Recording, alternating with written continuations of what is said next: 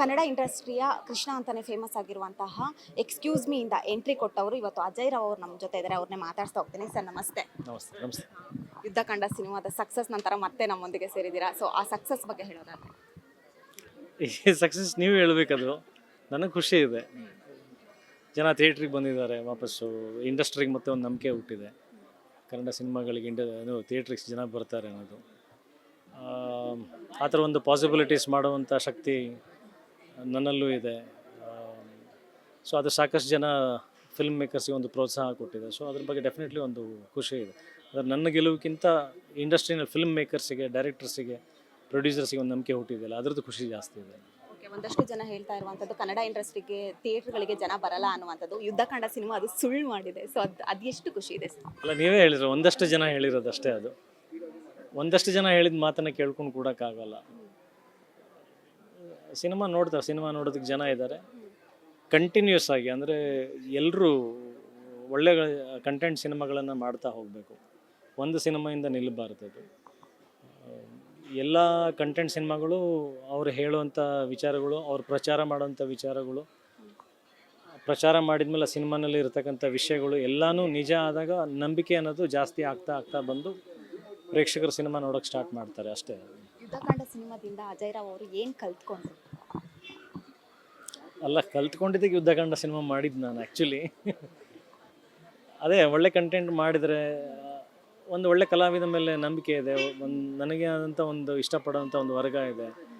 ಅವ್ರಿಗೆ ನಾನು ಒಳ್ಳೆ ಸಿನಿಮಾ ಕೊಡಬೇಕಷ್ಟೇ. ಅವ್ರ ನಂಬಿಕೆನ ಉಳಿಸ್ಕೋಬೇಕನ್ನೋ ಒಂದು ವಿಚಾರ ಗೊತ್ತಿರೋದ್ರಿಂದನೇ ಯುದ್ಧಕಾಂಡ ಸಿನಿಮಾ ಮಾಡಿದೆ. ಆಮೇಲೆ ಅದು ನಿಜ ಆಯಿತು. ಸೊ ಅದು ನಿಜ ಆಗಿರೋ ವಿಚಾರ ಖುಷಿ ತಂದುಕೊಟ್ಟಿದೆ ಅಷ್ಟೇ. ಅದು ಬಿಟ್ಟರೆ ಅದರಿಂದ ಕಲ್ತಿದ್ದೀನಿ ಅನ್ನೋದಂಥದ್ದೇನಿಲ್ಲ. ಗೆದ್ದಾಗ ಎಲ್ಲರೂ ನಮ್ಮ ಜೊತೆ ಇರ್ತಾರೆ, ಸೋತಾಗ ಯಾರೂ ನಮ್ಮ ಜೊತೆ ಇರಲ್ಲ ಅನ್ನುವಂಥದ್ದು ಮಾತಿದೆ. ಸೊ ಕಲ್ತಿದ್ದೀನಿ ನಾವು. ಇದು ಫಸ್ಟ್ ಗೆಲುವಲ್ಲ ಅಥವಾ ಫಸ್ಟ್ ಸೋಲಲ್ಲ. ನಾನು ಕೊಟ್ಟಷ್ಟು ಫ್ಲಾಪ್ಸು ಬಹುಶಃ ಯಾರೂ ಕೊಟ್ಟಿಲ್ಲ. ನಾನು ಫ್ಲಾಪ್ಸ್ಗಳು ಕೊಟ್ಟಾದ್ಮೇಲೆ ಮತ್ತೆ ಎದ್ದು ಬಂದು ಹಿಟ್ ಕೊಟ್ಟಿರೋಷ್ಟು ಬಹುಶಃ ಯಾರೂ ಕೊಟ್ಟಿರಲಿಕ್ಕಿಲ್ಲ. ಅದು ಏನು ಹೊಸ ವಿಚಾರ ಅಲ್ಲ, ಅದು ಮುಂಚೆಯಿಂದನೂ ಗೊತ್ತಿರೋದು.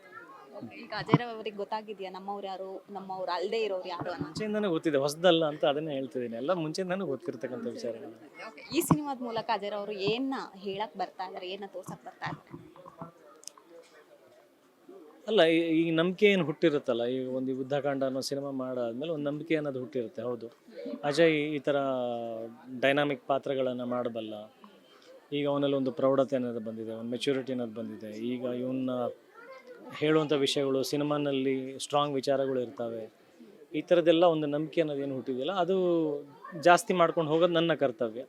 ಸೊ ಆ ಆಯಾಮಗಳಲ್ಲಿ ನಾನು ಕಥೆ ಆಯ್ಕೊಂಡು ಮಾಡ್ಕೊಂಡಿರ್ತೀನಿ ಅಂದರೆ ಅದರಲ್ಲಿ ನೀವೇ ಅರ್ಥ ಮಾಡ್ಕೋಬೇಕು. ನನ್ನ ವಿಚಾರ ಅಷ್ಟು ನಂಬಿಕೆ ಉಳಿಸ್ಕೋಬೇಕಾಗಿರೋದು ಅಷ್ಟೇ, ಬೇರೆ ಏನಾಗಲ್ಲ. ಒಂದು ಸಿನಿಮಾ ಮಾಡ್ಬೇಕಂದ್ರೆ ಅಡೆತಡೆಗಳ ಇದ್ದೇ ಇರುತ್ತೆ. ಸೊ ಆ ಅಡೆತಡೆಗಳನ್ನೆಲ್ಲ ಮೆಟ್ಟಿ ಅಜಯ್ ರಾವ್ ಅವರು ಹೇಗೆ ಮುಂದೆ ಸಾಗ್ತಾ ಇದ್ದಾರೆ? ಛಲ, ಹಸಿವು, ಕುಗ್ಗದೆ ಹಿಗ್ಗದೆ ಜಗ್ಗದೆ, ನಮಗೆ ಒಂದೇ ಒಂದು ಉದ್ದೇಶ, ಒಂದೇ ಒಂದು ಧ್ಯೇಯ, ಕೆಲಸ ಮಾಡ್ತಾ ಇರಬೇಕು ಅಷ್ಟೇ. ಸಕ್ಸಸ್ಫುಲ್ ಮ್ಯಾನ್ ಹಿಂದೆ ಒಬ್ರು ವುಮೆನ್ ಇದ್ದೇ ಇರುತ್ತೆ. ನಿಮ್ಮ ವೈಫ್ ಯಾವ ರೀತಿ ಸಪೋರ್ಟ್ ಮಾಡ್ತಾ ಇದ್ದಾರೆ ನೀವು ಕುಗ್ದಾಗ? ಅಲ್ಲ, ಕೃಷ್ಣ ಹಿಂದೆ ಅಲ್ಲ, ರಾಧೆ ಅಲ್ಲ ನಾನು ಹೇಳೋದು. ಎಷ್ಟು ಜನ ಹೆಂಡತಿ ಅಂದರು ಇದ್ದಾರೆ ಅಂತ ಲೆಕ್ಕ ಹಾಕ್ತಾರೆ.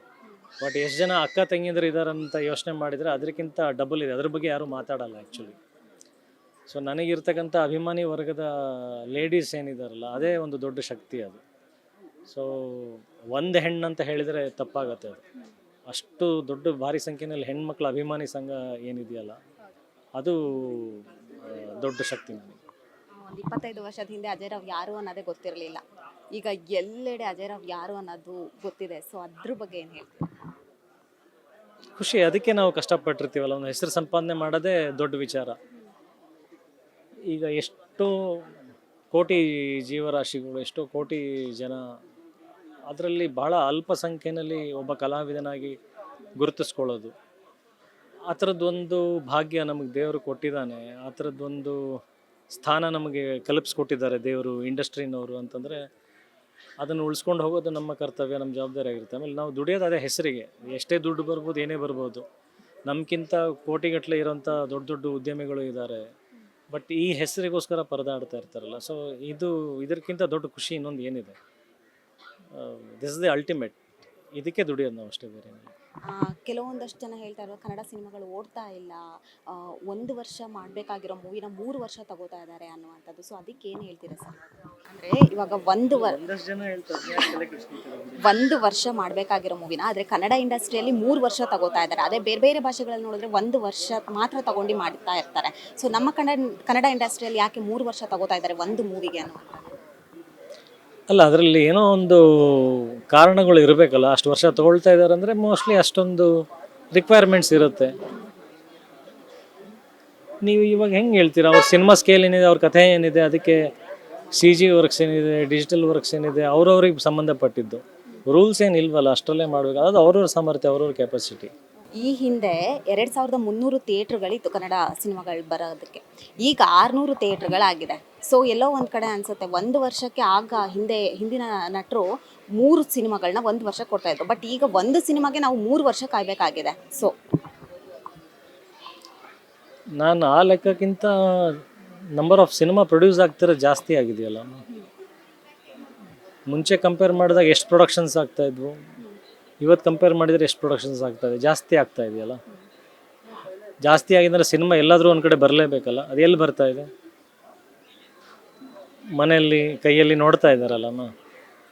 ಅದು ಆಧುನಿಕತೆ, ಬದಲಾವಣೆ, ಕಾಲ ತಸ್ಮೈನ ಕಾಲ ತಕ್ಕಂತೆ ನಾವು ಬದಲಾಗಬೇಕು, ನಾವು ಅಪ್ಡೇಟ್ ಆಗಬೇಕು. ಅಪ್ಡೇಟ್ ಆಗದೆ ಇರೋರಿಗೆ ನೆಪಗಳು ಕಾಣಿಸ್ತಾ ಇರುತ್ತೆ, ಕಂಪ್ಲೇಂಟ್ಸ್ ಕಾಣಿಸ್ತಾ ಇರುತ್ತೆ. ಯಾವಾಗಲೂ ಅಹೆಡ್ಡಾಗಿ ಥಿಂಕ್ ಮಾಡಿ ಮುಂದೆ ಏನು ಬರುತ್ತೆ ಅದಕ್ಕಿಂತ ನಾನು ಮುಂದೆ ಹೋಗಿ ಅಪ್ಡೇಟ್ ಆಗಿ ನಿಲ್ಲೋದು ಆ್ಯಕ್ಚುಲಿ ಸಿನಿಮಾ ಮೇಕರ್ ಕೆಲಸ.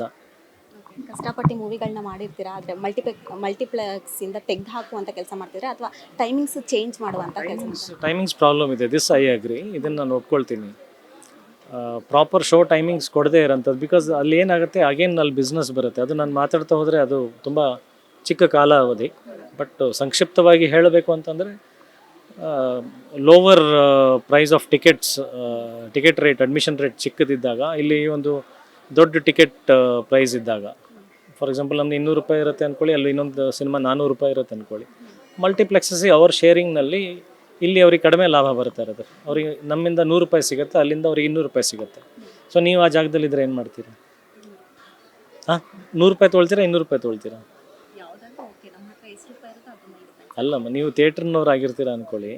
ನಂದು 200 ರೂಪಾಯಿ ಟಿಕೆಟ್ ಇದೆ, ಈ ಕಡೆ 400 ರೂಪಾಯಿ ಟಿಕೆಟ್ ಇದೆ. ನನ್ನ ಸಿನಿಮಾ ಹಾಕಿದ್ರಿಂದ ನೀವು ಥಿಯೇಟ್ರ್ನವ್ರಿಗೆ 100 ರೂಪಾಯಿ ಲಾಭ ಬರ್ತಾ ಇದೆ, ಅದು ಹಾಕಿದರೆ ನಿಮಗೆ 200 ರೂಪಾಯಿ ಬರ್ತಾ ಇದೆ. ಅದನ್ನೇ ಹಾಕ್ಕೊಳ್ತೀರಲ್ವ. ಅದಕ್ಕೆ ನಮ್ಮ ಶೋ ಟೈಮಿಂಗ್ಸ್ನ ಕಟ್ ಮಾಡಿ ಅವ್ರಿಗೆ ಕೊಡ್ತಾ ಇರೋದು ಅಷ್ಟೇ. ಅದಕ್ಕೆ ಅಂತಲೇ ಟಿಕೆಟ್ ಪ್ರೈಸಿಂಗ್ ಬಗ್ಗೆ ಒಂದಷ್ಟು ವಿಚಾರ ನಡೀತಾ ಇದೆ. ಅದು ಸರ್ಕಾರ ಯೋಚನೆ ಮಾಡಬೇಕು. ಎಲ್ಲ ಸಿನಿಮಾದವರು ಅದಕ್ಕೆ ಒಪ್ಕೋಬೇಕು. ಬಿಕಾಸ್ ಕೆಲವ್ರದ್ದು ದೊಡ್ಡ ಬಜೆಟ್ ಸಿನಿಮಾ ಇರುತ್ತೆ, ಕೆಲವರು ಚಿಕ್ಕ ಬಜೆಟ್ ಸಿನಿಮಾ ಇರುತ್ತೆ. ಸಿನಿಮಾದವ್ರದ್ದು ಅವ್ರದ್ದೇ ಆದಂಥ ಒಂದು ಪ್ರಾಬ್ಲಮ್ಸ್ ಇದೆ. ಅದು ಇದ್ದಿದೆ, ಎಲ್ಲನೂ ಫೈಟ್ ಮಾಡಬೇಕು, ಏನು ಮಾಡೋಕ್ಕಾಗಲ್ಲ. ಸರ್, ಸಿನಿಮಾಗೋಸ್ಕರ ಸ್ಮಾರ್ಟ್ ಬೇರೆ ಆಗಿದ್ದೀರಾ, ಏನಾದರೂ ಡಯಟ್ ಮಾಡ್ತಾ ಇದ್ದೀರಾ? ಮುಂಚೆ ಇರಲಿಲ್ವಾ ನಾನು? ಇಲ್ಲ ಇದ್ರಿ, ಬಟ್ ಇವಾಗ ಇನ್ನೂ ಸ್ವಲ್ಪ ಸ್ಮಾರ್ಟ್ ಆಗಿದ್ದೀರಾ. ಸೊ ನಿಮ್ಮ ಕಣ್ಣು ನೋಡೋ ರೀತಿ ಅಷ್ಟೇ. ಅದೇ ಹೇಳಿದ್ನಲ್ಲ, ಹೆಣ್ಮಕ್ಳ ಅಭಿಮಾನಿ ಬಳಗ ಏನಿದೆಯಲ್ಲ, ಅದರ ವೈಶಿಷ್ಟ್ಯತೆ ಅದು. ಏನಿಲ್ಲ. ಈ ಸಿನಿಮಾ ಬಿಟ್ಟು ಬೇರೆ ಯಾವುದಾದ್ರೂ ಸಿನಿಮಾದ ಆಪರ್ಚುನಿಟಿ ಬರ್ತಾ ಇದೆಯಾ? ಶೂಟಿಂಗ್ ನಡೀತಾ ಇರುವಂಥದ್ದು? ದೇವ್ರ ದಯದಿಂದ ಸಿಗ್ತಾ ಇದೆ ಆಪರ್ಚುನಿಟೀಸ್, ಖಾಲಿ ಅಂತೂ ಇಲ್ಲ.